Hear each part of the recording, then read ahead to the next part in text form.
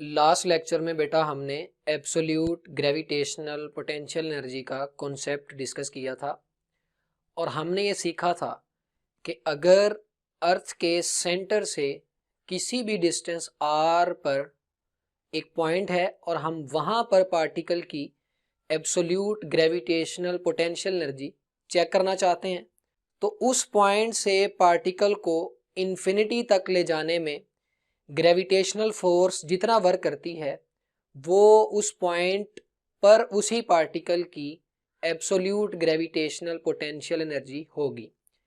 फर्ज कर लें हमारे पास जो पॉइंट था जिस पॉइंट पर हमने पार्टिकल की absolute gravitational potential energy check करनी थी, वो पॉइंट अर्थ के सेंटर से r डिस्टेंस पर था। तो उसके लिए हमने रिलेशन बनाया था कि r डिस्टेंस पर अगर पॉइंट है तो उस पॉइंट पर पार्टिकल की जो एब्सोल्यूट ग्रेविटेशनल पोटेंशियल एनर्जी है जिसको हम UG से रिप्रेजेंट करते हैं वो इक्वल आ जाएगी -GMM ओवर स्मॉल r। यहाँ पे ये स्मॉल r हमारे पास क्या है, स्मॉल r हमारे पास डिस्टेंस है उस पॉइंट का जहां हम पार्टिकल की एब्सोल्यूट ग्रेविटेशनल पोटेंशियल एनर्जी पता करना चाहते हैं। तो r हमारे पास आ जाएगा distance of that point from centre of earth.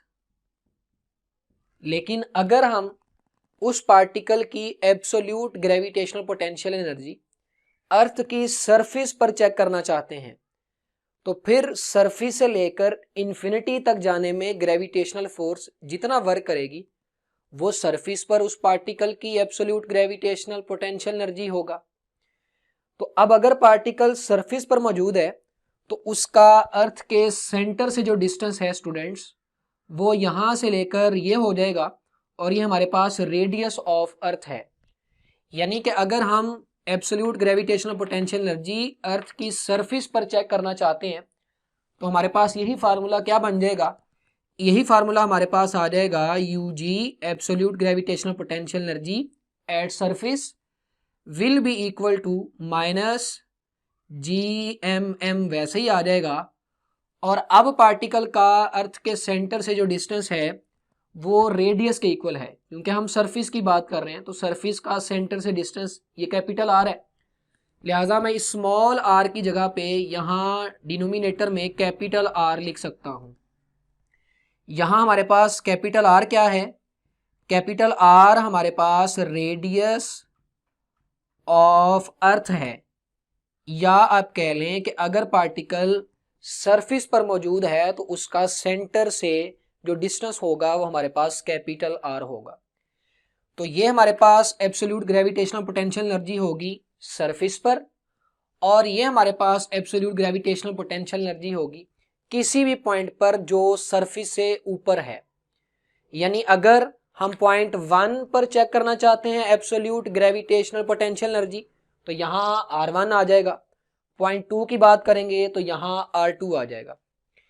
तो अब हम स्टूडेंट्स आपकी बुक पर पेज नंबर 88 पर एस्केप वेलोसिटी से ऊपर उसने कुछ बातें डिस्कस की हैं एब्सोल्यूट ग्रेविटेशनल पोटेंशियल एनर्जी से रिलेटेड जो कि बहुत इंपॉर्टेंट हैं और उनमें बहुत अच्छे कॉन्सेप्ट्स हैं, उनको हम डिस्कस करेंगे। तो उसके लिए मैं कंपैरिजन कर रहा हूं, एक तो ग्रेविटेशनल पोटेंशियल एनर्जी का, ग्रेविटेशनल पोटेंशियल एनर्जी हमने सीखा था mgh होती है और एब्सोल्यूट ग्रेविटेशनल पोटेंशियल एनर्जी वो होती है -GMM ओवर r। तो मैं इन दो चीजों को आपस में कंपेयर करके आपको वो दोनों पैराग्राफ जो हैं वो एक्सप्लेन करता हूं। तो स्टूडेंट्स ग्रेविटेशनल पोटेंशियल एनर्जी में हमारे पास m मास ऑफ अर्थ है, g ग्रेविटेशनल एक्सेलरेशन है और h हमारे पास हाइट होगी। और अगर पार्टिकल की हाइट ज्यादा होगी, फॉर एग्जांपल ये अर्थ की सरफेस है, अगर एक पार्टिकल सरफेस से हम यहां ले आते हैं तो उसके पास कुछ पोटेंशियल एनर्जी होगी क्योंकि ये h हाइट है। लेकिन अगर इसी पार्टिकल को हम यहां से सरफेस से उठाकर यहां पर ले आते हैं तो अब मैंने हाइट ज्यादा कवर करवाई है तो हमारे पास पोटेंशियल एनर्जी भी ज्यादा होगी। यानी कि हम कह सकते हैं ग्रेविटेशनल पोटेंशियल एनर्जी जो हमारे पास स्टार्टिंग पॉइंट है वहां से जो डिस्टेंस होता है उसके डायरेक्टली प्रोपोर्शनल होती है। लेकिन अगर हम एब्सोल्यूट ग्रेविटेशनल पोटेंशियल एनर्जी की बात करें तो इसमें हमारे पास ये आर जो है ये चेंज होगा जैसे जैसे हम सेंटर से दूर जाते जाएंगे। जी ग्रेविटेशनल कांस्टेंट है, इसकी वैल्यू 6.67 मल्टीप्लाई बाय 10⁻11 होगी। मैस ऑफ अर्थ भी कांस्टेंट होगा और ये m उस पार्टिकल का मैस होगा जिसको हम मूव करवा रहे हैं किसी भी पॉइंट से किसी दूसरे पॉइंट तक। और यहां पे हम जिस पॉइंट पर पार्टिकल की absolute gravitational potential energy check करना चाहते हैं वहां से इंफिनिटी तक ले जाने में ग्रेविटेशनल फोर्स जितना वर्क करेगी वही एब्सोल्यूट ग्रेविटेशनल पोटेंशियल एनर्जी होगा। यानी कि ये GMM हमारे पास कांस्टेंट है, तो एब्सोल्यूट ग्रेविटेशनल पोटेंशियल एनर्जी जो है वो इस R के इनवर्सली प्रोपोर्शनल हो जाएगी। यानी हम लिख सकते हैं UG is inversely proportional to R इस रिलेशन के लिए, और हम लिख सकते हैं कि पोटेंशियल एनर्जी डायरेक्टली प्रोपोर्शनल होगी H के। तो जैसे जैसे हम अवे जाएंगे स्टार्टिंग पॉइंट से, यानी यहां से अगर हमने पार्टिकल को मूव करवाना स्टार्ट किया, जैसे जैसे यहां से दूर जाएंगे स्टूडेंट्स तो H बढ़ता जाएगा, H इंक्रीज होगा, और साथ ही साथ अगर हम ये कह लें कि पार्टिकल को यहां से इन्फिनिटी तक लेकर जा रहे हैं तो इस केस में स्मॉल r भी इंक्रीज हो जाएगा। तो इस रिलेशन के अकॉर्डिंगली जैसे जैसे हम ऊपर को जाएंगे हाइट बढ़ेगी, हाइट बढ़ने से क्या होगा, ग्रेविटेशनल पोटेंशियल एनर्जी इंक्रीज होती जाएगी। लेकिन इस रिलेशन में स्टूडेंट्स R के इनवर्सली प्रोपोर्शनल है UG, यानी कि ये रिलेशन कह रहा है अगर R बढ़ेगा तो UG जो है वो कम होता जाएगा। लेकिन हम इसको अभी डिक्रीज लिखते नहीं हैं, हम इसको ज़रा डिस्कस कर लेते हैं। स्टूडेंट्स UG का फार्मूला क्या है, -GMM/R, और मैंने आपको बताया यहाँ पे GMM जो है वो कांस्टेंट है। तो ये हमारे पास दो केस हैं, इसमें मैं ग्रेविटेशनल पोटेंशियल एनर्जी की बात कर लेता हूँ। फॉर एग्जाम्पल ये सरफेस ऑफ अर्थ है, यहाँ से अगर हम एक पार्टिकल को इस पॉइंट 1 तक ले आते हैं तो उसकी हाइट ये होगी और हाइट की वजह से उसमें पोटेंशियल एनर्जी होगी। लेट्स सपोज मैं उस पोटेंशियल एनर्जी की वैल्यू 2 जूल सपोज कर लेता हूँ। अब अगर उसी पार्टिकल को हम सरफेस से इस पॉइंट 2 तक ले जाएं तो फिर स्टूडेंट्स हाइट बढ़ जाएगी, और अभी सीखा हाइट बढ़ेगी तो पोटेंशियल एनर्जी बढ़ जाएगी। तो लेट्स सपोज यहाँ पे हमारे पास पोटेंशियल एनर्जी आ जाएगी 4 जूल। इसी तरह पॉइंट 3 पर जाएंगे तो पोटेंशियल एनर्जी की वैल्यू मैं फॉर एग्जांपल 6 जूल ले लेता हूँ। पॉइंट 4 पर जाएंगे तो फॉर एग्जांपल पोटेंशियल एनर्जी मैं 8 जूल ले लेता हूँ। यानी जैसे जैसे ऊपर को जा रहे हैं आपको नज़र आ रहा होगा पार्टिकल की पोटेंशियल एनर्जी में इंक्रीज आ रहा है। अब स्टूडेंट्स इस रिलेशन की बात करते हैं। अगर सरफेस से ऊपर को जाएंगे तो क्या होगा, ये R की वैल्यू इंक्रीज करेगी, R की वैल्यू इंक्रीज करने से UG कम होगा। ज़रा लिखते हैं कम होने से क्या होगा। तो पॉइंट 1 तक अगर पार्टिकल को लेके आए हैं तो फॉर एग्जांपल हमारे पास पोटेंशियल एनर्जी मैं ले लेता हूँ 10 जूल है। पॉइंट 2 पर लेके जाते हैं तो R बढ़ गया तो UG कम हो जाएगा। तो मैं यहाँ पे उसको लिख देता हूँ कि उसकी वैल्यू फॉर एग्जांपल 8 जूल आ जाती है। पॉइंट 3 की बात करें तो R और बढ़ गया है तो UG और कम हो जाएगा। तो मैं UG को यहाँ पे फॉर एग्जांपल 6 जूल लिख लेता हूँ, और पॉइंट 4 पर और कम हो जाएगा तो हमारे पास वैल्यू आ जाएगी 4 जूल। यहाँ पे तो ये लग रहा है कि जैसे जैसे ऊपर को जा रहे हैं तो R के बढ़ने से UG कम हो रहा है, लेकिन मैंने अभी आपको एक बात बताई थी कि UG में ये माइनस का साइन भी है। यानी जैसे जैसे आप ऊपर जाएंगे R बढ़ेगा लेकिन आंसर जो है वो माइनस में आएगा।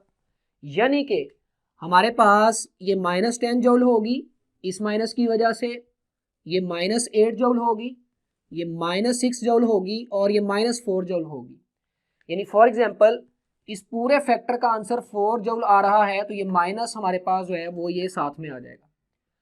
अब स्टूडेंट्स आपको एक बात का पता है कि जितनी बड़ी वैल्यू के साथ माइनस साइन हो वो उतनी ज़्यादा छोटी होती है।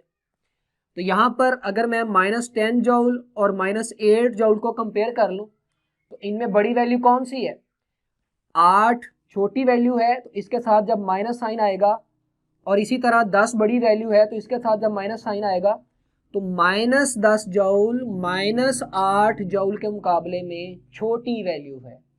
यानी मैं कह सकता हूँ 10 जूल हमारे पास अगर माइनस में है तो वो छोटी होगी एज कंपेयर टू 8 जूल अगर 8 जूल भी माइनस में है। लिहाजा हम कह सकते हैं कि जैसे जैसे हम ऊपर को जा रहे हैं आर की वैल्यू बढ़ रही है। आर की वैल्यू बढ़ने से हमारे पास यूजी ने कम होना था, लेकिन वो माइनस साइन साथ में आया तो उस माइनस साइन ने उलट कर दिया। अब जैसे जैसे हम ऊपर जा रहे हैं तो यूजी जो है उसमें इंक्रीज आता जाएगा, क्योंकि ऊपर जाने से छोटी वैल्यूज के साथ माइनस साइन आएगा और वो उतनी ज्यादा बड़ी होंगी। लिहाजा अब मैं इन दोनों बातों को समराइज कर देता हूं। इसमें भी हमने ये सीखा कि जब पार्टिकल ऊपर जाता है यानी अर्थ के सेंटर से दूर जाता है तो उसकी पोटेंशियल एनर्जी बढ़ती है, और इसमें भी हमने यही सीखा कि जब पार्टिकल ऊपर को जाता है तो आर के बढ़ने से उसकी पोटेंशियल एनर्जी माइनस साइन की वजह से बढ़ती है। यानी हम कह सकते हैं जैसे जैसे इस केस में पार्टिकल ऊपर जाएगा UG becomes less and less negative. Less and less मतलब पहले 10 था, फिर और लेस हुआ 8, फिर और लेस हुआ 6 और साथ में माइनस साइन भी है। इस वजह से हम ये कह सकते हैं कि जब भी पार्टिकल अर्थ से दूर जाएगा उसकी एब्सोल्यूट ग्रेविटेशनल पोटेंशियल एनर्जी या ग्रेविटेशनल पोटेंशियल एनर्जी दोनों ही इंक्रीज करेंगी।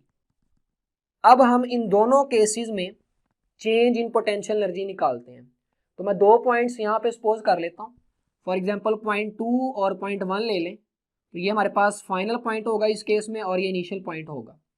तो अगर इस केस में हम चेंज इन पोटेंशियल एनर्जी निकालें तो हमारे पास क्या आएगा, फाइनल पॉइंट पर potential energy that is 4 joule minus initial point पर potential energy that is 2 joule. तो हमारे पास डिफरेंस आ जाएगा 2 जूल जो कि पॉजिटिव में है।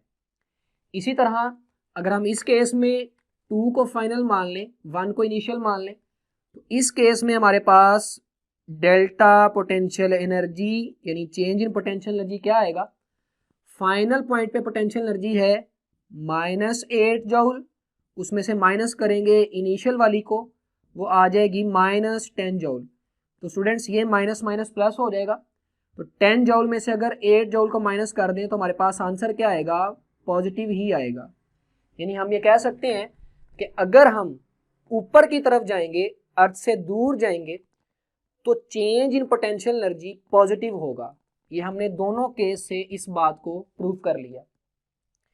लास्ट पे मैंने आपको एक बात बताई थी कि हमारे लिए पोटेंशियल एनर्जी में एक पॉइंट को रेफरेंस मानना जरूरी होता है और उस रेफरेंस पॉइंट की पोटेंशियल एनर्जी को हम जीरो कंसीडर करते हैं। और मैंने आपको ये बताया था कि रेफरेंस पॉइंट जो है हम इन्फिनिटी को भी ले सकते हैं। इसका मतलब ये है कि इन्फिनिटी पर पोटेंशियल एनर्जी जीरो होगी। तो अब हम ये बात साबित करते हैं कि हम इन्फिनिटी वाले पॉइंट को रेफरेंस या जीरो पॉइंट क्यों मान सकते हैं। तो स्टूडेंट्स अगर हम बात करें कि पॉइंट जो है वो इन्फिनिटी वाला है तो जब इन्फिनिटी वाले पॉइंट की बात करेंगे तो उसका अर्थ के सेंटर से जो डिस्टेंस है वो इनफाइनाइट होगा। यानी कि हम इस स्मॉल आर की जगह पे इनफाइनाइट लिख सकते हैं। आर क्या था, distance from centre of earth. अगर इनफाइनाइट पे पॉइंट है तो आर इनफाइनाइट होगा, लिहाजा हम इस रिलेशन में आर की जगह इनफाइनाइट लिख सकते हैं। तो यहाँ पे हमारे पास आ जाएगा -gmm divided by infinite. Last lecture में मैंने आपको बताया था समथिंग ओवर इनफाइनाइट जो है वो जीरो के इक्वल होता है, लिहाजा इनफाइनाइट वाले पॉइंट पर हमारे पास जो पोटेंशियल एनर्जी है वो जीरो आ जाएगी। इसीलिए हम इन्फिनिटी वाले पॉइंट को रेफरेंस या जीरो पॉइंट मान सकते हैं।